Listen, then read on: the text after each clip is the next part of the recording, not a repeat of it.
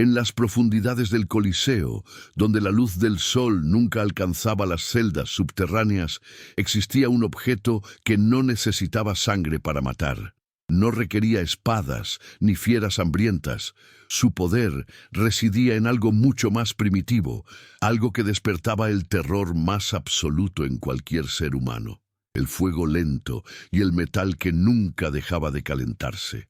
Los romanos la llamaban simplemente la silla, pero ese nombre modesto ocultaba uno de los instrumentos de tortura más despiadados jamás concebidos por la mente humana. ¿Cómo era posible que una civilización capaz de construir acueductos magníficos y códigos legales sofisticados pudiera también perfeccionar el arte de destruir cuerpos sin derramar una gota de sangre? La respuesta yace en comprender que Roma no solo conquistaba territorios, conquistaba también la voluntad humana a través del miedo calculado. La cátedra férrea, nombre formal que los registros históricos le otorgaron siglos después, era más que un simple instrumento punitivo. Representaba la culminación de generaciones de conocimiento sobre anatomía humana, resistencia al dolor y psicología del terror. No surgió de la nada en el apogeo imperial, sino que evolucionó gradualmente desde las primeras experiencias de tortura durante la República temprana, cuando Roma apenas comenzaba a expandirse más allá del Lacio. Los primeros prototipos eran rudimentarios, simples sillas de metal colocadas sobre brasas. Pero con el tiempo, los ingenieros romanos aplicaron el mismo genio que usaban para construir máquinas de guerra a la creación de dispositivos de sufrimiento. Cada generación perfeccionaba el diseño, añadía nuevos elementos que prolongaban la agonía, que hacían imposible cualquier posición que aliviara el dolor, aunque fuera por un instante. Si te apasiona descubrir la historia que los libros de texto omitieron, suscríbete ahora y activa la campana. Aquí desenterramos el pasado sin censura. El año 156 después de Cristo marcó uno de los usos más documentados de la silla de hierro en la historia romana. Marco Aurelio, el emperador filósofo que predicaba sobre estoicismo y virtud, enfrentaba una crisis que amenazaba los cimientos mismos del imperio. Las provincias orientales hervían en revuelta, no por impuestos excesivos ni por gobernadores corruptos, sino por algo que Roma consideraba mucho más peligroso: ideas. Los cristianos se multiplicaban como plagas en las ciudades costeras del Mediterráneo oriental, rechazando abiertamente el culto imperial y negándose a quemar incienso ante las estatuas de los emperadores divinos. Este desafío no podía tolerarse, no porque Roma fuera particularmente intolerante con otras religiones, sino porque el rechazo al culto imperial equivalía a traición política. Los dioses romanos coexistían pacíficamente con deidades extranjeras en el panteón, pero el emperador era sagrado no por devoción religiosa, sino por necesidad política. Sin esa ficción compartida, el vasto imperio se desmoronaría en provincias independientes, gobernadas por señores de la guerra locales. En Esmirna, ciudad próspera en la costa de Asia Menor, vivía un hombre llamado Policarpo. A sus 86 años, dirigía la comunidad cristiana local con una autoridad que provenía no de fuerza física, sino de décadas de constancia inquebrantable. Había conocido personalmente a algunos de los apóstoles originales en su juventud lejana, convirtiéndose en eslabón viviente con los primeros días del movimiento. Su presencia en Esmirna representaba un problema creciente para las autoridades romanas. Mientras Policarpo viviera, los cristianos locales tenían un punto de cohesión, una figura que los unificaba y fortalecía su resistencia contra la presión imperial. El procónsul Estacio Quadrato, responsable de mantener el orden en Asia Menor, recibía reportes cada vez más alarmantes sobre el crecimiento de esta secta. Las reuniones nocturnas se multiplicaban, Los bautismos públicos en ríos cercanos desafiaban abiertamente las leyes que prohibían proselitismo activo y, lo más preocupante, comenzaban a aparecer conversos entre las familias aristocráticas locales. Quadrato era político experimentado, veterano de décadas en la administración imperial. Sabía que cada provincia requería diferentes estrategias de control. En Germania se mantenía orden mediante guarniciones militares masivas y presencia constante de legiones. En Egipto funcionaba el control económico sobre producción de grano. Pero en Asia Menor, región densamente poblada y culturalmente sofisticada, el control dependía de ejemplos públicos que recordaran a todos las consecuencias de desobedecer. La tortura no era salvajismo sin sentido, era teatro político calculado. Cada grito amplificado en la plaza pública, cada cuerpo destrozado exhibido en las puertas de la ciudad, transmitía un mensaje cristalino. Roma no perdonaba, Roma no olvidaba, y Roma siempre prevalecía. El 23 de febrero del año 156, soldados romanos irrumpieron en la modesta casa donde Policarpo residía en las afueras de Esmirna. El anciano no intentó huir ni resistir. Según testimonios posteriores de la comunidad cristiana, simplemente pidió tiempo para orar antes de ser llevado. Esta calma desconcertó a los soldados acostumbrados a arrestos violentos, donde los prisioneros suplicaban, luchaban o intentaban sobornarlos. Algo en la serenidad del anciano perturbaba incluso a hombres endurecidos por años de servicio militar. Durante el traslado hacia la ciudad, el centurión a cargo intentó persuadirlo. ¿Qué daño causaba quemar un poco de incienso? ¿Por qué arriesgar todo por un gesto simbólico? Policarpo respondió con pregunta propia. ¿Cómo podía negar 86 años de fidelidad por un momento de miedo? La noticia del arresto se propagó por Esmirna con velocidad alarmante. Al amanecer del 24 de febrero, multitudes comenzaron a congregarse en el estadio donde tradicionalmente se realizaban los juicios públicos de traidores y criminales peligrosos. La ciudad entera sabía lo que estaba por ocurrir, y las autoridades romanas querían exactamente eso: máxima visibilidad, máximo impacto psicológico. El estadio podía albergar aproximadamente 15.000 espectadores, y ese día se llenó hasta rebosar. Familias enteras asistían, desde patricios acomodados en palcos superiores hasta plebeyos apiñados en gradas inferiores. Los vendedores ambulantes aprovechaban la ocasión vendiendo comida, vino aguado y pequeños amuletos de protección. Para la mayoría, era simplemente otro espectáculo público, entretenimiento gratuito proporcionado por el Estado romano. Quadrato hizo su entrada con la pompa característica de un alto funcionario imperial. Su toga púrpura bordeada en oro reflejaba los primeros rayos del sol matutino. Sus lictores marchaban adelante portando los fasces que simbolizaban su autoridad para ordenar ejecuciones. Se sentó en el tribunal elevado, rodeado por asesores legales y oficiales militares. Luego ordenó que trajeran al prisionero. Policarpo fue conducido al centro de la arena. Las cadenas tintineaban con cada paso lento. Su cabello blanco brillaba bajo la luz intensa, su espalda encorvada por décadas de vida, pero sus ojos mantenían claridad que desmentía su edad avanzada. El murmullo de la multitud disminuyó cuando Quadrato comenzó el interrogatorio formal. El procedimiento seguía fórmulas establecidas por siglos de precedente legal romano.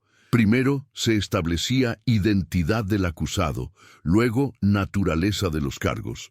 Finalmente se ofrecía oportunidad de retractación.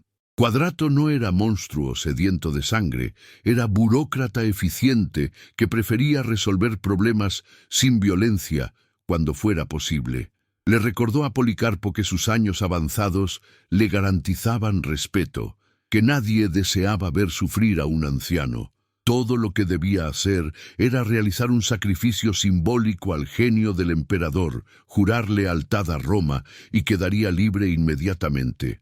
Podría volver a su casa, vivir sus años restantes en paz. Nadie molestaría más a su comunidad.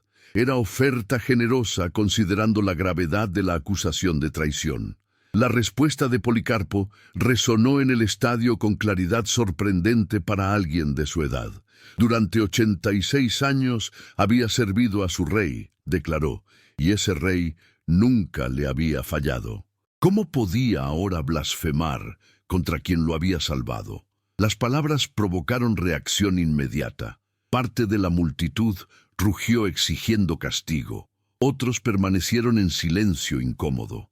Algunos cristianos ocultos entre los espectadores lloraban silenciosamente. Quadrato intentó nuevamente, esta vez con tono más duro. Le advirtió sobre las fieras hambrientas esperando en jaulas bajo el estadio, sobre el fuego que podía consumir su cuerpo frágil en minutos. Pero Policarpo no cedió. Sus respuestas se volvieron incluso más desafiantes, declarando que el fuego terrenal ardía por un momento pero se apagaba, mientras que el fuego del juicio eterno nunca terminaba. Esta obstinación sellaba su destino, pero también creaba problema para las autoridades. Las ejecuciones públicas en Roma seguían coreografías cuidadosas diseñadas para maximizar impacto aleccionador. Los gladiadores morían con espadas entre rugidos de multitud. Los criminales comunes eran crucificados en carreteras principales como advertencia a viajeros. Los traidores políticos enfrentaban decapitación rápida que demostraba eficiencia romana. Pero ¿qué hacer con un anciano terco que se negaba a mostrar miedo? Simplemente matarlo rápido lo convertiría en mártir. Alimentaría exactamente las narrativas cristianas sobre perseverancia ante adversidad. No, esto requería algo más elaborado, algo que quebrara no solo su cuerpo, sino también su espíritu, que demostrara a todos los observadores las consecuencias absolutas de desafiar a Roma. Quadrato ordenó preparar la hoguera tradicional para herejes y traidores religiosos, pero mientras los soldados apilaban leña en el centro de la arena, el procónsul consultó brevemente con sus asesores. Necesitaban algo más, algo que prolongara el espectáculo, que permitiera a Policarpo considerar sus opciones, mientras el dolor se volvía insoportable. Fue entonces cuando alguien sugirió la silla de hierro. No la usaban frecuentemente en Asia Menor, pertenecía más a las tradiciones punitivas de las regiones occidentales del imperio, pero había una disponible en el arsenal militar local. Se usaba principalmente para interrogar espías y líderes de rebeliones, pero en este caso serviría propósito diferente. Demostración de poder absoluto del Estado romano sobre cuerpos individuales. La silla fue traída al estadio mientras la multitud observaba con curiosidad creciente. Era estructura simple en apariencia, apenas 1,5 metros de altura, completamente fabricada en hierro forjado. El asiento medía aproximadamente 30 centímetros cuadrados, demasiado pequeño para sentarse cómodamente, incluso sin el elemento del calor. El respaldo se elevaba recto, formando ángulo de 90 grados perfecto con el asiento, eliminando cualquier posibilidad de reclinarse o redistribuir peso. Pero el verdadero ingenio diabólico residía en los detalles que no eran inmediatamente visibles. Pequeños pinchos, apenas milímetros de longitud, cubrían tanto el asiento como el respaldo, no lo suficientemente largos para perforar piel profundamente, pero sí para hacer imposible cualquier movimiento sin dolor adicional. Los reposabrazos terminaban en grilletes ajustables que inmovilizarían completamente las muñecas del prisionero. Las patas de la silla tenían ranuras especiales que permitían colocarla directamente sobre brasas ardientes o, como en este caso, rodearla con carbones calientes que calentarían gradualmente el metal hasta temperaturas intolerables. ¿Comprendes ahora por qué esta máquina aterrorizaba incluso a guerreros experimentados? No prometía muerte rápida, ni siquiera muerte eventual garantizada. Prometía horas, potencialmente días, de agonía escalante, donde cada segundo sería peor que el anterior. El cuerpo humano puede adaptarse a muchas formas de dolor, puede encontrar posiciones que minimizan sufrimiento, puede eventualmente desmayarse cuando el dolor excede límites de consciencia. Pero la silla de hierro eliminaba todas esas escapatorias. Cada intento de moverse para aliviar presión en una zona causaba que los pinchos perforaran piel en otra. Cada músculo tenso, para evitar contacto con metal ardiente, eventualmente se fatigaba, obligando al cuerpo a colapsar contra la superficie caliente, y el calor aumentaba tan gradualmente que el cuerpo nunca podía anticipar cuándo vendría el próximo incremento de dolor. Los soldados comenzaron a colocar carbones alrededor de la base de la silla, mientras otros preparaban las antorchas que los encenderían. El proceso tomaba tiempo, deliberadamente. Querían que Policarpo y la multitud observaran cada preparativo, que contemplaran exactamente lo que estaba por suceder. La psicología del terror funcionaba mejor cuando las víctimas tenían tiempo de imaginar su sufrimiento inminente. Muchos prisioneros quebraban en este punto antes de que comenzara la tortura real, simplemente por no poder soportar la anticipación. Gritaban que confesarían cualquier cosa, harían cualquier juramento, adorarían cualquier dios si solo los perdonaban. Pero Policarpo permanecía inmóvil, observando los preparativos con expresión que los testigos posteriores describirían como serena, casi expectante. Quadrato hizo un último intento. Se levantó de su tribunal y caminó hasta donde estaba Policarpo.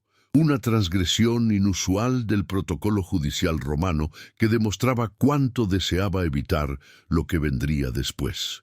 Habló en voz baja, lo suficientemente cerca para que solo el anciano pudiera escucharlo. Le explicó que nadie ganaría nada con esto, que su sufrimiento no cambiaría políticas imperiales ni salvaría a otros cristianos. Le recordó que tenía responsabilidad hacia su comunidad, que vivo podía seguir guiándolos en secreto, que muerto o quebrado solo sería ejemplo de derrota. Era razonamiento pragmático, tipo de lógica que funcionaba con la mayoría de los prisioneros que eventualmente comprendían la futilidad de resistir el poder aplastante de Roma. Pero Policarpo simplemente sonrió, y esa sonrisa contenía algo que perturbó profundamente a Quadrato. No era desafío arrogante de joven revolucionario convencido de su inmortalidad. No era fanatismo ciego de creyente que había perdido contacto con realidad. Era paz genuina de alguien que había tomado decisión mucho antes de ese momento y no sentía conflicto alguno sobre sus consecuencias. Le dijo a Quadrato que hiciera lo que debía hacer, que él también haría lo que debía hacer, y que ambos descubrirían eventualmente quién tenía razón sobre la naturaleza última de la realidad. Los soldados condujeron a Policarpo hacia la silla, mientras la multitud guardaba silencio antinatural. Incluso los vendedores ambulantes habían dejado de vocear sus mercancías. Lo sentaron con cuidado, asegurándose de que su espalda quedara completamente apoyada contra el respaldo de metal. Los grilletes se cerraron alrededor de sus muñecas con chasquidos que resonaron en el estadio silencioso. Sus pies fueron atados a las patas frontales de la silla, eliminando cualquier posibilidad de usar las piernas para levantarse, aunque fuera momentáneamente del asiento. La túnica simple que vestía proporcionaría algo de protección inicialmente, pero el tejido delgado se calentaría rápidamente y eventualmente se quemaría, exponiendo piel directamente al metal ardiente. Entonces comenzó el proceso de encender los carbones. Las antorchas tocaron el combustible cuidadosamente apilado, y pequeñas llamas comenzaron a lamer los bordes de la montaña de carbón que rodeaba la base de la silla. El fuego no era intenso. Eso derrotaría el propósito. La idea era que los carbones ardieran lentamente, generando calor constante que se transferiría gradualmente al metal de la silla. Los ingenieros romanos habían calculado que con esta configuración, el metal tardaría aproximadamente 30 minutos en alcanzar temperatura lo suficientemente alta como para causar quemaduras de primer grado, 1 hora para quemaduras de segundo grado y 90 minutos para comenzar a carbonizar carne. Y todo ese tiempo, el prisionero permanecería consciente, completamente consciente de cada etapa de destrucción de su propio cuerpo. Los primeros minutos fueron casi anticlimáticos. Policarpo permanecía sentado, el metal aún estaba frío, la multitud esperaba pacientemente el espectáculo que había venido a presenciar. Algunos comenzaron a comer el pan que habían traído, otros comentaban sobre el clima inusualmente cálido para febrero. Era extrañamente mundano, este preludio a atrocidad. Pero entonces, aproximadamente 10 minutos después de encenderse los carbones, observadores atentos notaron el primer cambio sutil en la postura de Policarpo. Sus dedos se contrajeron ligeramente, señal involuntaria de que el metal comenzaba a calentarse perceptiblemente. No era doloroso todavía, simplemente incómodo, como sentarse en banco de piedra calentado por sol de verano. Pero todos sabían que esto era solo el comienzo. A los 15 minutos, el cambio era más evidente. Policarpo intentó ajustar su posición, movimiento instintivo para redistribuir peso y encontrar área más fresca del asiento. Pero el movimiento presionó su espalda más firmemente contra el respaldo, y los pequeños pinchos se clavaron superficialmente en su piel a través de la túnica. Se quedó inmóvil nuevamente, atrapado entre dos fuentes de incomodidad creciente. El calor continuaba aumentando inexorablemente. Las leyes físicas de transferencia térmica no tenían piedad ni hacían excepciones. Cada molécula de hierro absorbía energía de los carbones ardientes y la transmitía a las moléculas adyacentes y eventualmente a cualquier materia orgánica en contacto con el metal. Estamos documentando cada detalle de este conflicto. Si valoras este nivel de profundidad que no encuentras en otros canales, dale un like y únete a nuestra comunidad. A los 20 minutos, Policarpo emitió el primer sonido audible de malestar. No exactamente grito, sino exhalación forzada, cuando el calor cruzó umbral de meramente incómodo a genuinamente doloroso. La piel tiene receptores específicos para diferentes temperaturas, y aproximadamente a 43 grados Celsius, estos receptores comienzan a enviar señales de alarma al cerebro. El metal de la silla probablemente había alcanzado esa temperatura, quizá ligeramente más en las áreas más cercanas a los carbones. Policarpo comenzó a respirar más rápidamente, respuesta fisiológica automática del cuerpo al estrés. Su rostro, hasta entonces sereno, mostró las primeras líneas de tensión. Los músculos de su mandíbula se apretaron visiblemente mientras luchaba por mantener compostura. La multitud se inclinaba hacia adelante, fascinada por la transformación que presenciaban. Había algo hipnótico en observar a otro ser humano atravesar etapas progresivas de sufrimiento. No porque fueran inherentemente crueles, aunque ciertamente algunos disfrutaban del espectáculo, sino porque era experiencia rara.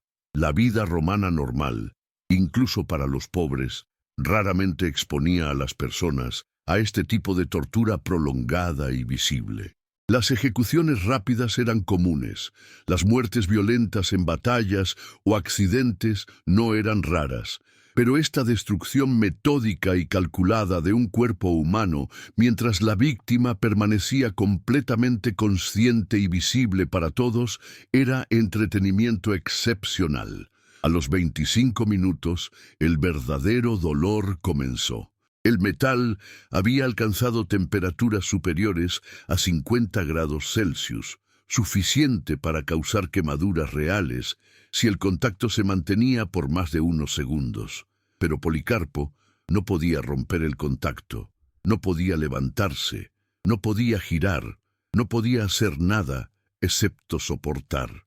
Intentó arquear su espalda para minimizar el área de contacto con el respaldo, pero esto solo transfirió más peso a sus muslos y glúteos presionados contra el asiento ardiente.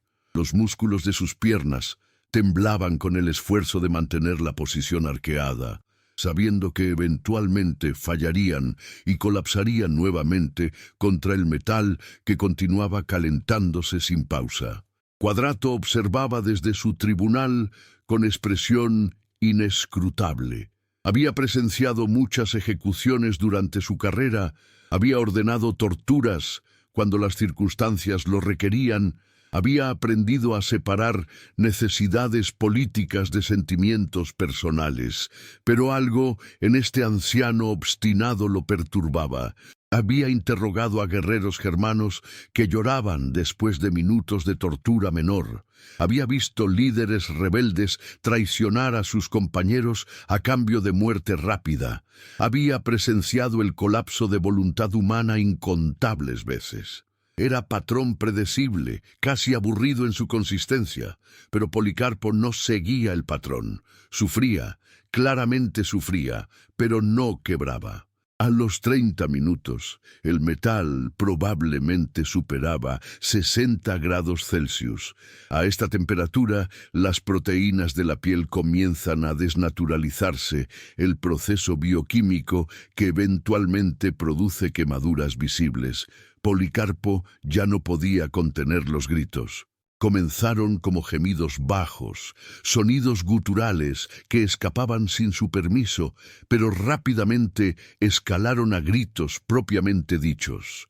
No eran palabras, solo expresiones puras de agonía que el cuerpo producía automáticamente.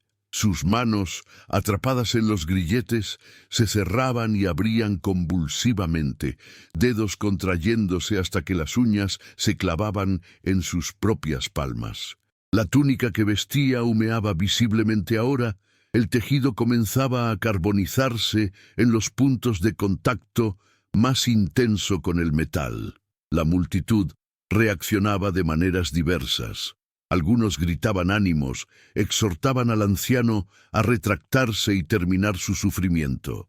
Otros permanecían en silencio horror, enfrentando quizá por primera vez la realidad brutal del poder estatal que hasta entonces habían aceptado abstractamente. Los niños presentes, traídos por padres que creían que presenciar justicia pública era educación importante, lloraban o escondían rostros en túnicas de sus madres. Algunos cristianos ocultos entre los espectadores oraban silenciosamente, lágrimas corriendo por sus mejillas mientras observaban a su líder ser destruido metódicamente. A los 35 minutos, algo cambió en Policarpo. Los gritos continuaban. Su cuerpo se contorsionaba contra restricciones en espasmos involuntarios, pero su expresión facial se transformó. Los testigos cristianos que sobrevivieron para contar la historia afirmarían después que parecía entrar en algún tipo de trance, que su rostro adquirió paz sobrenatural, incluso mientras su cuerpo sufría. Los escépticos romanos lo atribuirían simplemente al shock, mecanismo de defensa cerebral, cuando el dolor excede capacidad de procesamiento consciente. Pero cualquiera que fuera la causa, era innegable que algo había cambiado. Policarpo dejó de luchar contra las restricciones, dejó de intentar arquearse lejos del metal ardiente, se rindió al dolor en lugar de resistirlo, y paradójicamente esto pareció darle alguna forma de control sobre su experiencia. El calor continuaba aumentando. A los 40 minutos, el metal probablemente superaba 70 grados Celsius. La piel expuesta directamente a esta temperatura por períodos prolongados literalmente se cocina. Las células mueren, el tejido se necrosa. El olor comenzó a llenar el estadio, dulce y nauseabundo simultáneamente, olor a carne quemada que es inconfundible una vez que lo experimentas. Algunas personas en la multitud comenzaron a cubrirse narices con telas, otros simplemente se acostumbraron a él. El olfato humano se adapta sorprendentemente rápido, incluso a estímulos repugnantes. Quadrato finalmente se puso de pie e hizo señal para que detuvieran el proceso. No era piedad lo que lo motivaba, sino pragmatismo. Policarpo claramente no iba a retractarse, y prolongar esto innecesariamente solo arriesgaba convertirlo en mártir más efectivo. Además, la multitud estaba comenzando a inquietarse, no en apoyo a Policarpo necesariamente, sino simplemente porque el espectáculo había perdido su elemento de anticipación. El resultado era inevitable ahora, y la gente comenzaba a aburrirse. Ordenó que terminaran la ejecución de manera tradicional. Los soldados añadieron más combustible a los carbones, transformando el calor lento en llamas abiertas que consumirían el cuerpo rápidamente. Pero entonces ocurrió algo que ningún planificador romano había anticipado. Cuando las llamas comenzaron a elevarse alrededor de la silla, envolviendo a Policarpo en cortina de fuego, testigos afirmaron que el anciano comenzó a cantar.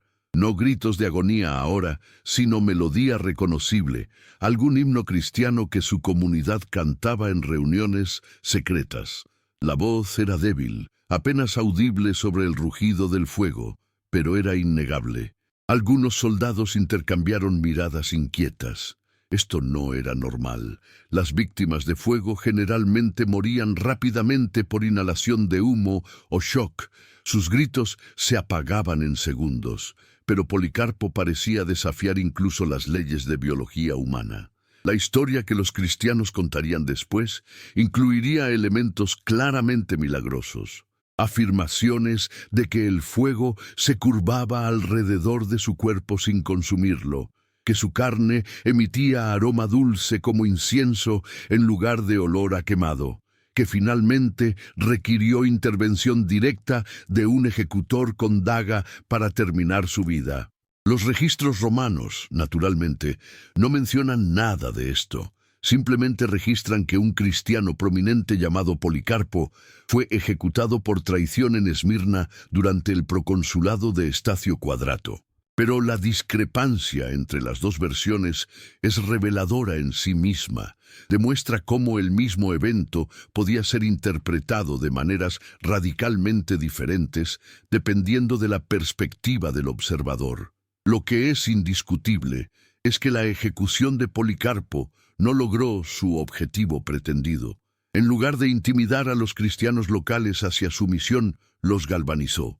La historia de su resistencia se propagó rápidamente, no solo en Asia Menor, sino a través de las redes comerciales y comunicación que conectaban las comunidades cristianas del Mediterráneo. Se convirtió en modelo de cómo enfrentar persecución, ejemplo citado en sermones y cartas durante generaciones. La Iglesia eventualmente lo canonizaría como santo, y su día de muerte se conmemoraría anualmente como testimonio de fe inquebrantable. Pero, ¿qué hay de la silla misma? ¿Qué sucedió con este instrumento que había causado tanto sufrimiento? La historia de la cátedra férrea no terminó con Policarpo, apenas comenzaba. El dispositivo continuó siendo usado a través del Imperio Romano durante los siguientes siglos, refinado y perfeccionado por sucesivas generaciones de torturadores. Se convirtió en herramienta preferida para casos donde las autoridades necesitaban información, pero no querían matar al prisionero inmediatamente. El proceso de calentamiento gradual permitía pausas para interrogación, momentos donde el torturador podía hacer preguntas mientras la víctima contemplaba el reinicio del calentamiento si no cooperaba. Los registros fragmentarios que sobreviven de varias provincias romanas mencionan el uso de la silla en contextos diversos. En África del Norte se usó contra líderes de tribus bereberes que resistían la romanización. En Hispania, contra druidas celtas que mantenían cultos prohibidos en regiones montañosas. En Germania, contra jefes tribales capturados que se negaban a revelar ubicaciones de campamentos rebeldes. Cada región adaptaba el diseño básico a sus necesidades específicas.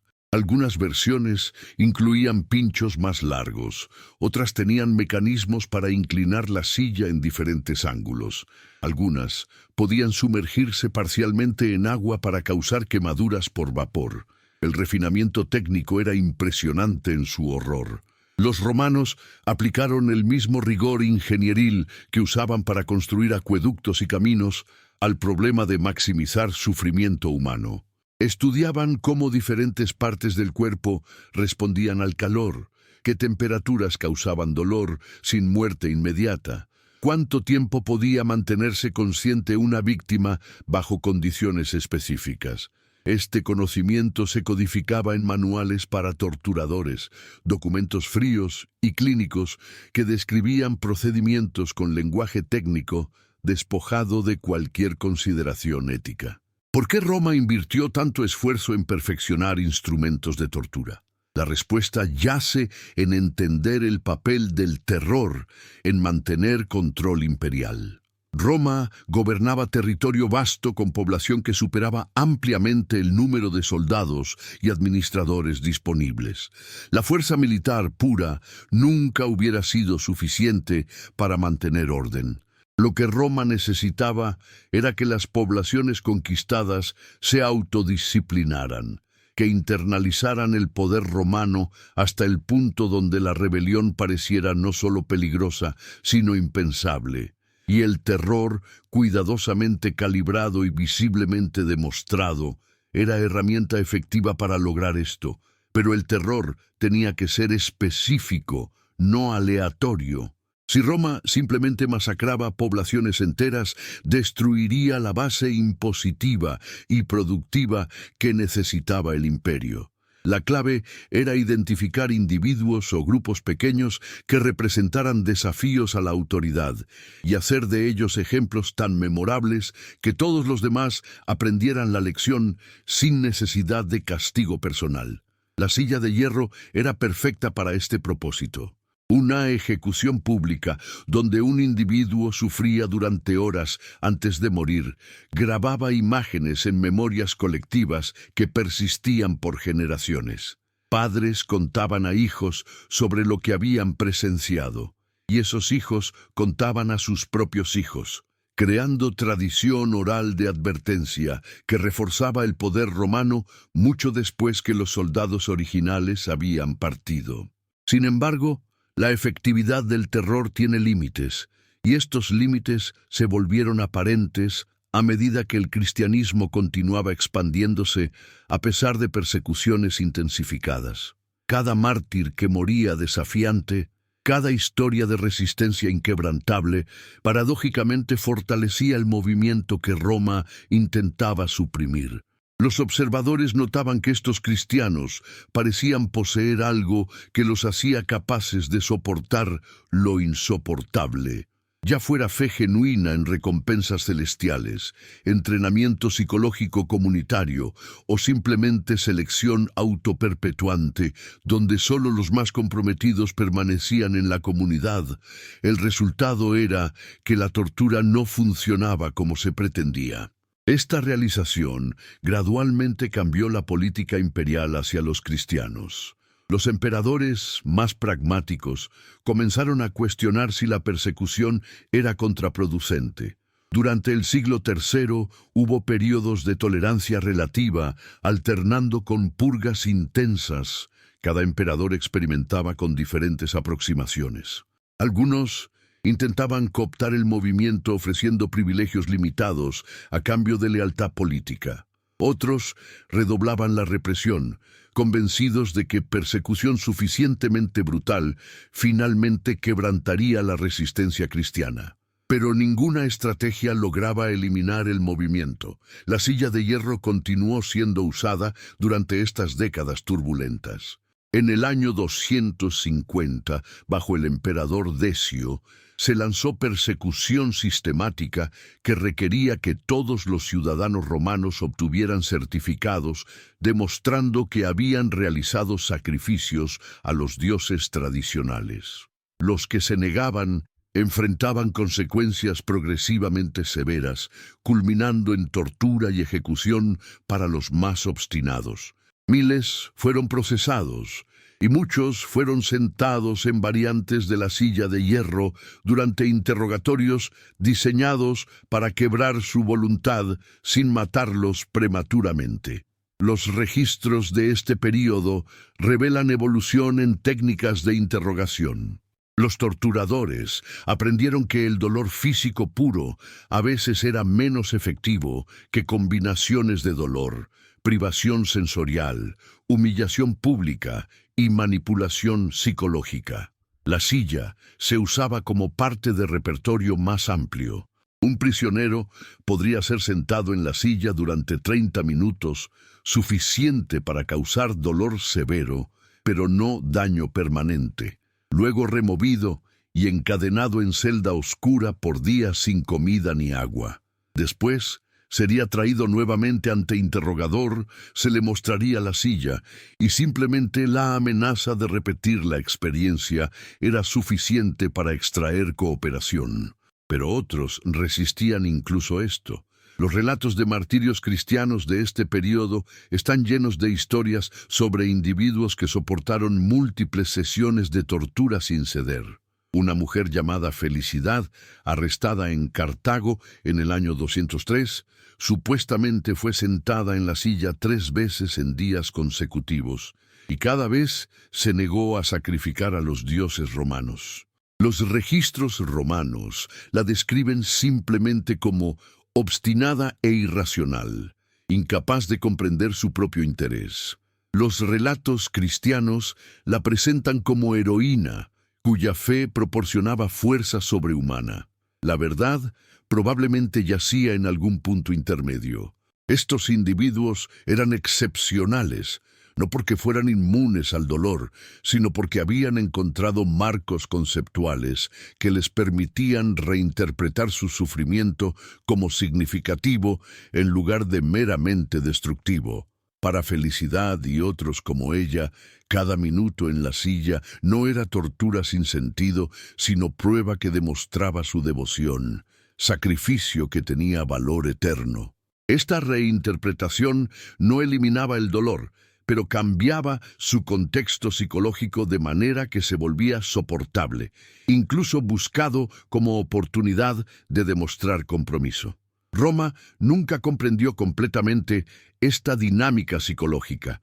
Los administradores imperiales estaban acostumbrados a poblaciones que respondían a incentivos materiales: tierra, ciudadanía, exención de impuestos, protección militar.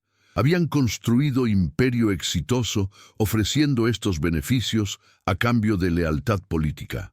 Pero, ¿qué hacer con grupos que valoraban recompensas invisibles e intangibles más que beneficios concretos? ¿Cómo negociar con personas que creían genuinamente que perder sus vidas temporales les garantizaba vidas eternas inmensamente superiores?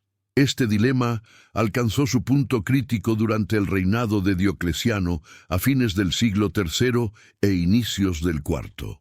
Diocleciano era reformador ambicioso que intentó revitalizar el imperio a través de reorganización administrativa masiva. Parte de su programa incluía restaurar cultos religiosos tradicionales que él creía eran esenciales para mantener favor divino y orden social. En el año 303 lanzó la que sería la última y más severa persecución general contra cristianos, conocida históricamente como la Gran Persecución. Durante los siguientes años, el uso de la silla de hierro y otros instrumentos de tortura se intensificó a través del imperio. Miles fueron arrestados. Las prisiones se llenaron hasta rebosar. Los tribunales procesaban casos en masa. Pero paradójicamente, la intensidad misma de la persecución aceleró su fracaso. Había simplemente demasiados cristianos ahora. distribuidos en todas las clases sociales, incluyendo aristocracia y ejército. Arrestarlos a todos era logísticamente imposible, y ejecutar números suficientes para intimidar al resto habría desestabilizado la economía y administración imperial. Además, la prolongada exposición a torturas públicas había generado efecto perverso. Después de décadas de presenciar cristianos ser torturados y ejecutados, muchos paganos romanos habían desarrollado cierta admiración renuente por la valentía mostrada. Incluso si no aceptaban la teología cristiana, podían respetar el coraje individual requerido para enfrentar la silla de hierro sin retractarse. Algunos comenzaron a cuestionar si dioses que requerían adoración forzada mediante tortura eran dignos de devoción. Estas dudas erosionaban lentamente el consenso social que sustentaba las persecuciones. La historia no termina aquí. Asegúrate de estar suscrito para que YouTube te notifique inmediatamente cuando subamos la conclusión de esta saga. En el año 311, el emperador Galerio, uno de los principales arquitectos de la gran persecución, emitió edicto de tolerancia desde su lecho de muerte. Reconocía que la política de represión había fallado y permitía a los cristianos practicar su religión libremente a cambio de orar por el bienestar del emperador y el imperio. Fue admisión notable de derrota y marcó punto de inflexión en la larga lucha entre Roma y el cristianismo. Pero la historia completa de cómo el imperio que perfeccionó la silla de hierro eventualmente se convirtió en protector del cristianismo. ¿Y qué sucedió con todos esos instrumentos de tortura cuando el poder cambió de manos? Esa es historia que requiere su propio relato. Lo que podemos afirmar con certeza es que durante más de 2 siglos, la silla de hierro representó el poder absoluto del Estado romano sobre cuerpos individuales. Era símbolo material de la afirmación romana de que ninguna convicción personal, sin importar cuán profundamente sostenida, podía resistir la aplicación metódica de dolor. Cada individuo sentado en esa silla enfrentaba pregunta fundamental: ¿qué es más real, el sufrimiento presente de mi cuerpo o las promesas futuras de mi fe? Y la respuesta que daban determinaba no solo su propio destino, sino el curso de la historia occidental. Porque aquí yace la paradoja central. Roma ganó cada batalla individual. Cada persona sentada en la silla eventualmente moría o quebraba. No había escapes milagrosos. No había rescates dramáticos de último momento. El poder romano sobre cuerpos físicos era absoluto e innegable. Pero Roma perdió la guerra más amplia. El cristianismo sobrevivió, creció y eventualmente transformó el imperio mismo. Las convicciones que Roma intentó quemar resultaron ser más duraderas que el hierro usado para destruirlas. ¿Cómo fue esto posible? ¿Qué permitió que ideas triunfaran sobre fuerza bruta? Y quizá más inquietantemente, ¿qué aprendieron los cristianos sobre el uso del poder y la tortura cuando ellos mismos llegaron a controlar el aparato estatal? Parte 2. El legado del hierro ardiente. La luz del amanecer del 24 de abril del año 313 iluminaba Roma de manera diferente. No porque el sol hubiera cambiado su trayectoria, sino porque el mundo había cambiado durante la noche. En Milán, 2 emperadores, Constantino y Licinio, acababan de firmar documento que historiadores posteriores llamarían el Edicto de Milán. Las palabras eran cuidadosamente diplomáticas, hablaban de tolerancia religiosa universal y libertad de conciencia para todos los ciudadanos. Pero todos comprendían el significado real. Después de más de 2 siglos de conflicto, Roma había capitulado ante el cristianismo. Las persecuciones terminaban, no por colapso administrativo ni falta de voluntad, sino porque el emperador mismo había reconocido que eran contraproducentes e insostenibles. Si acabas de llegar, suscríbete para no perderte el archivo completo de documentales que estamos construyendo. Pero la firma de un edicto no borraba instantáneamente siglos de trauma. En ciudades a través del imperio, cristianos emergían lentamente de la semiclandestinidad, incrédulos ante su repentina libertad. Muchos habían pasado vidas enteras esperando el golpe en la puerta nocturna, el arresto súbito, el juicio público que terminaría en tortura y ejecución. Padres habían enseñado a hijos señales secretas para identificar cocreyentes, lugares ocultos donde reunirse, cómo esconder textos sagrados cuando llegaran los soldados.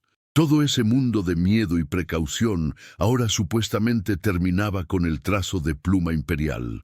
Pero realmente terminaba. En Esmirna, donde Policarpo había sido ejecutado más de siglo y medio antes, la comunidad cristiana local mantenía vigilia anual en el aniversario de su muerte. Se reunían en el sitio donde había estado el estadio, ahora parcialmente demolido, pero aún reconocible, y contaban nuevamente la historia de su resistencia. Cada detalle había sido pulido por generaciones de repetición hasta adquirir cualidad casi litúrgica. Los niños conocían la secuencia de eventos mejor que conocían sus propios nombres. El arresto, el interrogatorio, la silla de hierro, el fuego y finalmente el martirio triunfante. Estas historias no eran simplemente conmemoraciones del pasado, eran advertencias sobre el presente y preparación para el futuro. Porque incluso con el Edicto de Milán, muchos cristianos sospechaban que la tolerancia era temporal. Habían aprendido a través de experiencia amarga que las políticas imperiales cambiaban con cada nuevo emperador, que lo que un gobernante permitía a otro podría prohibir, que la paz era siempre provisional, y su escepticismo estaba parcialmente justificado. Durante las décadas siguientes al edicto hubo retrocesos y conflictos. Algunas regiones tardaron años en implementar las nuevas políticas. Algunos oficiales locales continuaban acosando a cristianos por inercia o convicción personal, y en el año 361, el emperador Juliano intentaría brevemente revertir el curso de la historia, restaurando los cultos paganos tradicionales. Pero algo fundamental había cambiado irreversiblemente. Los cristianos ya no eran minoría perseguida, sino fuerza política significativa. Constantino no se había convertido por epifanía religiosa súbita, sino por cálculo político pragmático. Reconocía que el cristianismo proporcionaba recursos organizacionales e ideológicos que el imperio necesitaba desesperadamente. La Iglesia tenía redes de comunicación que abarcaban provincias, jerarquías administrativas que podían movilizar recursos eficientemente y, sobre todo, narrativa que justificaba obediencia a autoridad terrenal como parte de orden divino más amplio. Un imperio que había perseguido cristianismo por amenazar su estabilidad, ahora buscaba aliarse con él por las mismas razones. Este giro creaba preguntas incómodas sobre aquellos instrumentos de tortura que habían sido tan centrales en el conflicto anterior. ¿Qué sucedía con todas esas sillas de hierro, almacenadas en arsenales militares a través del imperio? ¿Serían destruidas como símbolos de era pasada? ¿O simplemente reasignadas para nuevos propósitos? La respuesta, predeciblemente, era complicada. Algunas fueron efectivamente desmanteladas, el hierro fundido y repropuesto para herramientas agrícolas o componentes de construcción. Pero muchas otras simplemente permanecieron donde estaban, herramientas que podrían ser útiles independientemente de quién controlara el poder estatal. Y fueron útiles. Porque resulta que la Iglesia cristiana, una vez que adquirió poder temporal, descubrió que enfrentaba problemas notablemente similares a los que Roma había enfrentado. Ahora eran ellos quienes necesitaban mantener ortodoxia doctrinal, suprimir herejías, controlar poblaciones diversas con ideas conflictivas sobre verdad religiosa. Y aunque la teología oficial enfatizaba amor, perdón y redención, la realidad política requería herramientas más contundentes. La historia irónica de cómo instrumentos diseñados para destruir cristianos se convirtieron en herramientas para que cristianos destruyeran a otros cristianos es uno de los capítulos más oscuros e incómodos de la historia occidental. El primer uso documentado de métodos de tortura de estilo romano por autoridades cristianas ocurrió en el año 385 en Treveris, ciudad en lo que hoy es Alemania. Prisciliano, obispo español acusado de herejía, fue torturado para extraer confesión y luego ejecutado junto con varios seguidores. El método específico de tortura no está claramente documentado en registros sobrevivientes, pero descripciones sugieren instrumentos similares a aquellos usados durante las persecuciones. La ejecución causó controversia significativa dentro de la Iglesia. Figuras prominentes como Martín de Tours protestaron vigorosamente, argumentando que usar tortura para imponer conformidad doctrinal violaba principios cristianos fundamentales. Pero sus objeciones fueron anuladas por aquellos que argumentaban que proteger pureza de la fe justificaba medidas extraordinarias. Este debate resonaría a través de los siglos siguientes. A medida que el cristianismo se consolidaba como religión oficial del Imperio Romano y luego como fuerza dominante en Europa medieval, la cuestión de cuánta violencia estaba justificada para mantener ortodoxia religiosa se volvió cada vez más urgente, y gradualmente las objeciones se silenciaban mientras las justificaciones se fortalecían. Teólogos desarrollaban elaboradas racionalizaciones para por qué tortura de herejes era no solo permisible, sino obligatoria para cristianos verdaderamente devotos. El cuerpo podía sufrir temporalmente, argumentaban, para salvar el alma eternamente. Era acto de caridad, visto correctamente, destruir la carne para preservar el espíritu. La silla de hierro y dispositivos similares encontraron nuevo hogar en este mundo transformado. Durante la Alta Edad Media, a medida que la Iglesia establecía tribunales inquisitoriales para investigar herejía, estos instrumentos fueron refinados aún más. Los inquisidores, muchos de ellos frailes dominicos con entrenamiento en lógica escolástica y teología, aplicaban aproximación metódica y sistemática al interrogatorio. Desarrollaban Manu Part 2 Parte 2, el legado del hierro ardiente. La luz del amanecer del 24 de abril del año 313 iluminaba Roma de manera diferente. No porque el sol hubiera cambiado su trayectoria, sino porque el mundo había cambiado durante la noche. En Milán, dos emperadores, Constantino y Licinio, acababan de firmar documento que historiadores posteriores llamarían el Edicto de Milán. Las palabras eran cuidadosamente diplomáticas, hablaban de tolerancia religiosa universal y libertad de conciencia para todos los ciudadanos. Pero todos comprendían el significado real. Después de más de 2 siglos de conflicto, Roma había capitulado ante el cristianismo. Las persecuciones terminaban, no por colapso administrativo ni falta de voluntad, sino porque el emperador mismo había reconocido que eran contraproducentes e insostenibles. Si acabas de llegar, suscríbete para no perderte el archivo completo de documentales que estamos construyendo. Pero la firma de un edicto no borraba instantáneamente siglos de trauma. En ciudades a través del imperio, cristianos emergían lentamente de la semiclandestinidad, incrédulos ante su repentina libertad.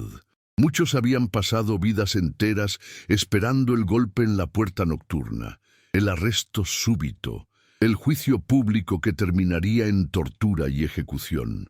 Padres habían enseñado a hijos señales secretas para identificar cocreyentes, lugares ocultos donde reunirse, cómo esconder textos sagrados cuando llegaran los soldados. Todo ese mundo de miedo y precaución ahora supuestamente terminaba con el trazo de pluma imperial. Pero realmente terminaba. En Esmirna, donde Policarpo había sido ejecutado más de siglo y medio antes, la comunidad cristiana local mantenía vigilia anual en el aniversario de su muerte. Se reunían en el sitio donde había estado el estadio, ahora parcialmente demolido pero aún reconocible, y contaban nuevamente la historia de su resistencia. Cada detalle había sido pulido por generaciones de repetición hasta adquirir cualidad casi litúrgica. Los niños conocían la secuencia de eventos mejor que conocían sus propios nombres. El arresto, el interrogatorio, la silla de hierro, el fuego y finalmente el martirio triunfante. Estas historias no eran simplemente conmemoraciones del pasado, eran advertencias sobre el presente y preparación para el futuro. Porque incluso con el Edicto de Milán, muchos cristianos sospechaban que la tolerancia era temporal. Habían aprendido a través de experiencia amarga que las políticas imperiales cambiaban con cada nuevo emperador, que lo que un gobernante permitía a otro podría prohibir, que la paz era siempre provisional, y su escepticismo estaba parcialmente justificado. Durante las décadas siguientes al edicto hubo retrocesos y conflictos. Algunas regiones tardaron años en implementar las nuevas políticas. Algunos oficiales locales continuaban acosando a cristianos por inercia o convicción personal, y en el año 361 el emperador Juliano intentaría brevemente revertir el curso de la historia restaurando los cultos paganos tradicionales. Pero algo fundamental había cambiado irreversiblemente. Los cristianos ya no eran minoría perseguida, sino fuerza política significativa. Constantino no se había convertido por epifanía religiosa súbita, sino por cálculo político pragmático. Reconocía que el cristianismo proporcionaba recursos organizacionales e ideológicos que el imperio necesitaba desesperadamente. La Iglesia tenía redes de comunicación que abarcaban provincias, jerarquías administrativas que podían movilizar recursos eficientemente y, sobre todo, narrativa que justificaba obediencia a autoridad terrenal como parte de orden divino más amplio. Un imperio que había perseguido cristianismo por amenazar su estabilidad, ahora buscaba aliarse con él por las mismas razones. Este giro creaba preguntas incómodas sobre aquellos instrumentos de tortura que habían sido tan centrales en el conflicto anterior. ¿Qué sucedía con todas esas sillas de hierro almacenadas en arsenales militares a través del imperio? ¿Serían destruidas como símbolos de era pasada o simplemente reasignadas para nuevos propósitos? La respuesta predeciblemente era complicada. Algunas fueron efectivamente desmanteladas, el hierro fundido y repropuesto para herramientas agrícolas o componentes de construcción. Pero muchas otras simplemente permanecieron donde estaban, herramientas que podrían ser útiles independientemente de quién controlara el poder estatal. Y fueron útiles. Porque resulta que la Iglesia cristiana, una vez que adquirió poder temporal, descubrió que enfrentaba problemas notablemente similares a los que Roma había enfrentado. Ahora eran ellos quienes necesitaban mantener ortodoxia doctrinal, suprimir herejías, controlar poblaciones diversas con ideas conflictivas sobre verdad religiosa. Y aunque la teología oficial enfatizaba amor, perdón y redención, la realidad política requería herramientas más contundentes. La historia irónica de cómo instrumentos diseñados para destruir cristianos se convirtieron en herramientas para que cristianos destruyeran a otros cristianos es uno de los capítulos más oscuros e incómodos de la historia occidental. El primer uso documentado de métodos de tortura de estilo romano por autoridades cristianas ocurrió en el año 385 en Treveris, ciudad en lo que hoy es Alemania. Prisciliano, obispo español acusado de herejía, fue torturado para extraer confesión y luego ejecutado junto con varios seguidores. El método específico de tortura no está claramente documentado en registros sobrevivientes, pero descripciones sugieren instrumentos similares a aquellos usados durante las persecuciones. La ejecución causó controversia significativa dentro de la Iglesia. Figuras prominentes como Martín de Tours protestaron vigorosamente, argumentando que usar tortura para imponer conformidad doctrinal violaba principios cristianos fundamentales. Pero sus objeciones fueron anuladas por aquellos que argumentaban que proteger pureza de la fe justificaba medidas extraordinarias. Este debate resonaría a través de los siglos siguientes. A medida que el cristianismo se consolidaba como religión oficial del Imperio Romano y luego como fuerza dominante en Europa medieval, la cuestión de cuánta violencia estaba justificada para mantener ortodoxia religiosa se volvía cada vez más urgente. Y gradualmente las objeciones se silenciaban mientras las justificaciones se fortalecían. Teólogos desarrollaban elaboradas racionalizaciones para por qué tortura de herejes era no solo permisible, sino obligatoria para cristianos verdaderamente devotos. El cuerpo podía sufrir temporalmente, argumentaban, para salvar el alma eternamente. Era acto de caridad, visto correctamente, destruir la carne para preservar el espíritu. La silla de hierro y dispositivos similares encontraron nuevo hogar en este mundo transformado. Durante la Alta Edad Media, a medida que la Iglesia establecía tribunales inquisitoriales para investigar herejía, estos instrumentos fueron refinados aún más. Los inquisidores, muchos de ellos frailes dominicos con entrenamiento en lógica escolástica y teología, aplicaban aproximación metódica y sistemática al interrogatorio. Desarrollaban manuales detallados que especificaban exactamente qué preguntas hacer, en qué orden, cuánta tortura aplicar antes de pausar para permitir reflexión, cómo interpretar respuestas bajo coacción extrema. El manual más infame, el Directorium Inquisitorum, compilado por Nicolau Eymerich en 1376, dedicaba capítulos enteros a discutir técnicas apropiadas de interrogatorio. Describía la silla de hierro entre otros instrumentos, no con horror, sino con precisión clínica de ingeniero discutiendo herramientas especializadas. Especificaba que la silla era particularmente efectiva para herejes obstinados que habían resistido métodos más leves, que el calentamiento debía ser gradual para maximizar tiempo de interrogatorio, que pausas estratégicas permitían al hereje contemplar confesión mientras anticipaba reanudación del dolor. ¿Cómo habían llegado aquí? ¿Cómo descendientes espirituales de Policarpo, quien había enfrentado la silla de hierro sin ceder, ahora la usaban contra otros? La respuesta yace en comprender que las instituciones transforman a las personas más de lo que las personas transforman instituciones. Una vez que la Iglesia se convirtió en aparato de poder estatal, adoptó lógica de todos los aparatos de poder estatal. La necesidad de mantener control, suprimir disidencia, demostrar fuerza a través de castigo ejemplar.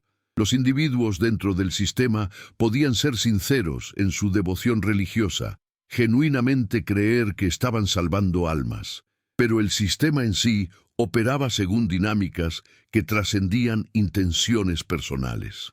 El caso de la Inquisición española, establecida en 1478, ilustra perfectamente esta dinámica. Los reyes católicos Fernando e Isabel la crearon nominalmente para investigar conversiones falsas de judíos al cristianismo, pero rápidamente se expandió para incluir musulmanes conversos, protestantes y eventualmente cualquiera sospechoso de desviación doctrinal. La Inquisición española se volvió infame por su uso extensivo de tortura, y la silla de hierro ocupaba lugar prominente en su arsenal. Pero los inquisidores no se veían a sí mismos como sádicos, se veían como profesionales realizando trabajo necesario para proteger pureza espiritual de España. Tomás de Torquemada, primer gran inquisidor de España, era fraile dominico conocido por su ascetismo personal y devoción religiosa. Dormía en celda desnuda, ayunaba frecuentemente, dedicaba horas diarias a oración. Sin embargo, durante su tenure entre 1483 y 1498, se estima que aproximadamente 2000 personas fueron ejecutadas tras juicios inquisitoriales, y muchos miles más fueron torturados. La contradicción aparente entre piedad personal y crueldad institucional desconcertaba a observadores contemporáneos y continúa fascinando a historiadores. ¿Cómo podía alguien tan devotamente religioso presidir sobre tanto sufrimiento? La respuesta es que Torquemada había interiorizado completamente la lógica que equiparaba herejía con enfermedad espiritual contagiosa. Desde esta perspectiva, torturar herejes para extraer confesiones y nombres de cómplices era análogo a cirugía, dolorosa pero necesaria para prevenir que la infección se propagara. El sufrimiento del individuo era lamentable pero aceptable si protegía a la comunidad más amplia. Esta racionalización permitía a personas genuinamente devotas participar en atrocidades sin experimentar disonancia cognitiva paralizante. No estaban violando sus valores, estaban aplicándolos rigurosamente en circunstancias difíciles. Las sesiones de tortura durante la Inquisición española seguían procedimientos formales, meticulosos. El hereje sospechoso era llevado a cámara especial, usualmente en sótano de edificio inquisitorial, donde gritos no disturbarían a residentes locales. Allí se les mostraban los instrumentos disponibles, incluyendo la silla de hierro si el caso lo justificaba. Esta presentación inicial era parte del proceso, diseñada para inducir miedo que podría producir confesión sin tortura real. Muchos confesaban en este punto, desesperados por evitar lo que sabían, vendría después si resistían. Para aquellos que no confesaban, comenzaba el proceso real. El acusado era desnudado, tanto para eliminar dignidad protectora de la ropa, como para permitir observación médica durante la tortura. Un médico estaba presente en todas las sesiones, no para prevenir daño, sino para asegurar que el prisionero sobreviviera lo suficiente para proporcionar información útil. El médico monitoreaba signos vitales, aconsejaba cuándo pausar para prevenir muerte prematura, determinaba cuánto podía soportar el cuerpo específico del prisionero. Era aplicación grotesca de conocimiento médico al servicio de destrucción humana. Cuando se usaba la silla de hierro, el procedimiento era similar al empleado en Roma antigua, pero refinado por siglos de experiencia. El prisionero era sentado y asegurado cuidadosamente, los grilletes ajustados, lo suficientemente apretados para prevenir escape, pero no tanto como para cortar circulación inmediatamente. Los carbones se encendían gradualmente, permitiendo que el interrogador hiciera preguntas continuas mientras el calor aumentaba. La presencia del médico significaba que el proceso podía prolongarse más que en épocas romanas. Pausas estratégicas permitían que el cuerpo se recuperara parcialmente antes de reanudar, extendiendo el interrogatorio potencialmente por días. Los registros inquisitoriales que sobreviven en archivos españoles proporcionan detalles escalofriantes sobre casos específicos. En 1484, una mujer llamada Elvira del Campo fue acusada de judaizar en secreto, mantener prácticas judías mientras profesaba públicamente cristianismo. Durante 3 sesiones de tortura que abarcaron 2 semanas, fue sometida a múltiples instrumentos incluyendo la silla. Los registros transcriben sus confesiones fragmentarias, súplicas por misericordia, retractaciones posteriores cuando el dolor cesaba temporalmente. Finalmente, confesó todo lo que los inquisidores querían escuchar, implicando a vecinos y familiares, aceptando cualquier versión de eventos que pusiera fin a su sufrimiento. Pero aquí surge pregunta inquietante. ¿Qué valor tenían confesiones extraídas bajo tortura extrema? Los propios inquisidores reconocían que personas bajo suficiente dolor confesarían cualquier cosa, verdadera o falsa. Sin embargo, continuaban usando tortura sistemáticamente. La razón era que la confesión en sí no era realmente el objetivo final. El objetivo era demostración pública de poder, destrucción de redes de disidencia a través de acusaciones mutuas forzadas y, sobre todo, mantenimiento de atmósfera de terror que hacía que la población se autodisciplinara. Si las personas sabían que incluso acusaciones falsas podían llevarlas a la cámara de tortura, serían extremadamente cuidadosas en su comportamiento público, sus asociaciones, incluso sus pensamientos privados expresados en confesión. Este sistema de terror difuso y omnipresente era mucho más efectivo que ejecuciones públicas ocasionales. Cada persona sabía que vecinos podían ser informantes, que palabras descuidadas podían ser malinterpretadas como herejía, que la Inquisición tenía recursos vastos y paciencia infinita para investigar sospechosos. El resultado era sociedad, donde conformidad se imponía no principalmente a través de fuerza directa, sino a través de internalización del miedo. Las personas se censuraban a sí mismas, policiaban sus propios pensamientos, denunciaban a otros para demostrar su propia ortodoxia. La silla de hierro raramente necesitaba usarse porque su existencia conocida era suficiente para modificar comportamiento masivo. Sin embargo, la historia de la silla de hierro no se limitaba a Europa cristiana. Instrumentos similares aparecían en otras culturas y contextos, sugiriendo que ciertas formas de crueldad humana eran deprimentemente universales. En el mundo islámico medieval existían dispositivos comparables, aunque diseñados diferentes. En China dinástica, torturas que involucraban calor y metal eran conocidas desde tiempos antiguos. En cada caso, la lógica subyacente era similar. El cuerpo humano es vulnerable al dolor extremo, y esa vulnerabilidad puede ser explotada para propósitos políticos y de control social. Pero el legado específico de la silla de hierro romana y su evolución europea medieval tiene resonancia particular porque ocurrió en contexto de civilización que simultáneamente producía arte sublime, filosofía sofisticada, avances científicos y jurisprudencia elaborada. Roma antigua nos dio Virgilio y Marco Aurelio junto con la cátedra férrea. Europa medieval produjo Dante y Tomás de Aquino junto con manuales de tortura inquisitoriales.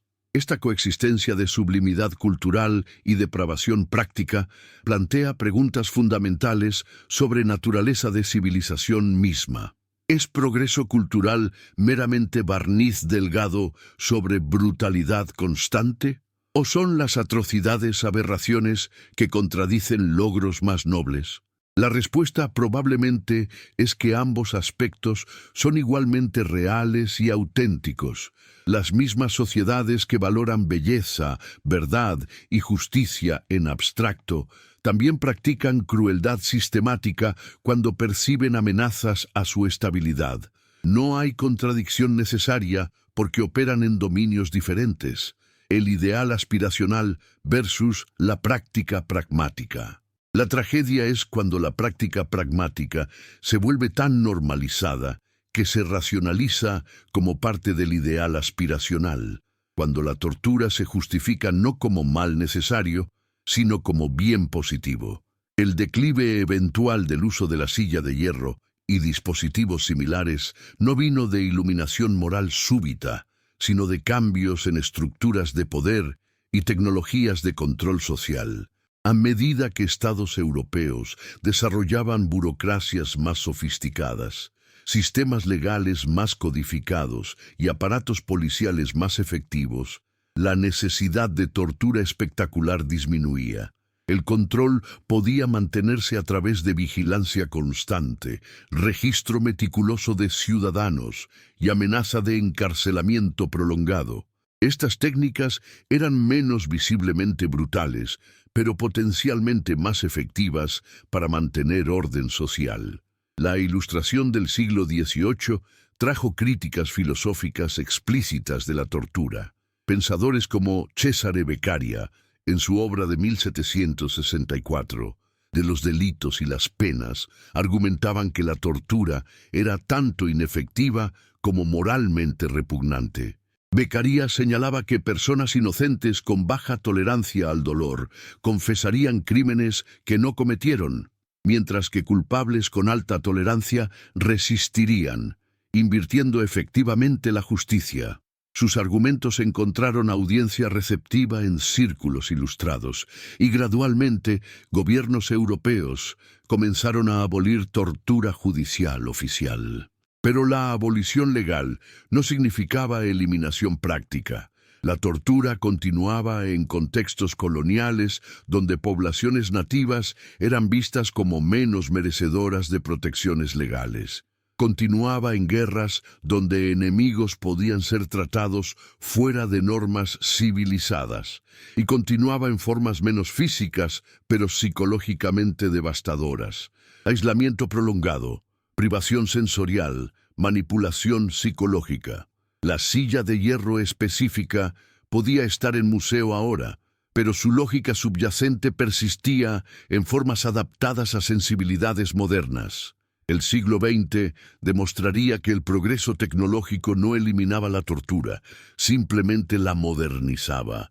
Regímenes totalitarios de todas las ideologías redescubrían que el dolor aplicado sistemáticamente era herramienta efectiva de control. Los nazis desarrollaban métodos de tortura que combinaban eficiencia industrial con crueldad calculada. Los soviéticos perfeccionaban técnicas psicológicas que quebraban prisioneros sin dejar marcas físicas evidentes.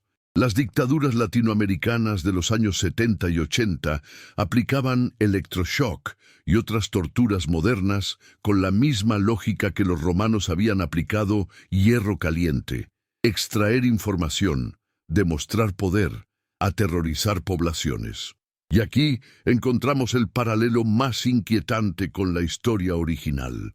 Así como Policarpo y los primeros mártires cristianos enfrentaron la silla de hierro con resistencia que eventualmente ayudó a transformar el Imperio Romano, así el siglo XX vio innumerables individuos resistir torturas modernas en nombre de causas diversas. Prisioneros políticos en gulags soviéticos, disidentes en prisiones nazis, activistas de derechos civiles en cárceles segregacionistas del sur de Estados Unidos, opositores de dictaduras militares en Chile y Argentina. Todos descubrieron que el espíritu humano conserva capacidad de resistencia incluso cuando el cuerpo es completamente vulnerable. Nelson Mandela, encarcelado por 27 años por su oposición al apartheid en Sudáfrica, escribió sobre cómo él y otros prisioneros políticos mantenían dignidad y resistencia frente a condiciones designadas específicamente para quebrarlos. Viktor Frankl, sobreviviente de Auschwitz, desarrolló teoría psicológica completa basada en su observación de que incluso en circunstancias más deshumanizantes, las personas podían elegir cómo responder mentalmente a su sufrimiento. Estas historias del siglo XX hacen eco de las narrativas de mártires cristianos enfrentando la silla de hierro. El reconocimiento de que mientras el poder estatal controla el cuerpo, no puede controlar completamente la conciencia interior. Pero este reconocimiento es consuelo o racionalización. Celebramos la capacidad humana de resistir sufrimiento porque revela algo noble sobre nuestra especie, o deberíamos horrorizarnos de que tal resistencia sea necesaria en primer lugar. La pregunta no tiene respuesta simple porque involucra tensión fundamental en cómo entendemos moralidad y poder. Por un lado, admiramos legítimamente a aquellos que mantienen integridad frente a presión extrema. Por otro, la admiración no debería hacernos olvidar que la presión extrema misma es injustificable. La historia de la silla de hierro finalmente es historia sobre límites del poder coercitivo.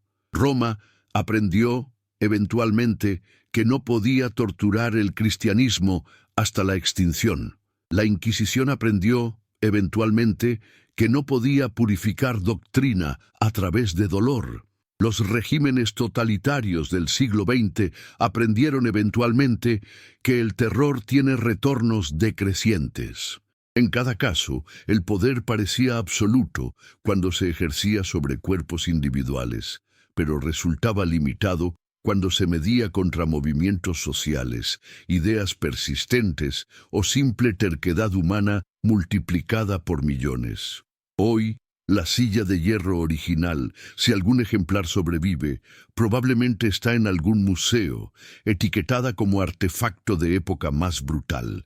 Visitantes pasarían rápidamente, quizá estremeciéndose brevemente antes de moverse hacia exhibiciones más agradables. Los niños preguntarían a padres qué era, y los padres lucharían por explicar cómo personas podían hacer tales cosas a otras personas. Pero la lección más importante no es simplemente que la gente del pasado era cruel, que nuestros ancestros eran monstruos que finalmente evolucionamos superando. La lección es que en condiciones apropiadas, casi cualquier sociedad, cualquier grupo, cualquier persona individual puede racionalizar crueldad como necesaria, justificada, incluso virtuosa. La pregunta que debemos hacernos constantemente no es ¿podría yo soportar la silla de hierro?, sino ¿en qué circunstancias podría yo justificar usarla contra otro? Porque la historia demuestra que la transición de víctima a perpetrador puede ser sorprendentemente rápida cuando el poder cambia de manos. Los cristianos perseguidos se convirtieron en inquisidores perseguidores. Los revolucionarios oprimidos se convirtieron en comisarios opresores.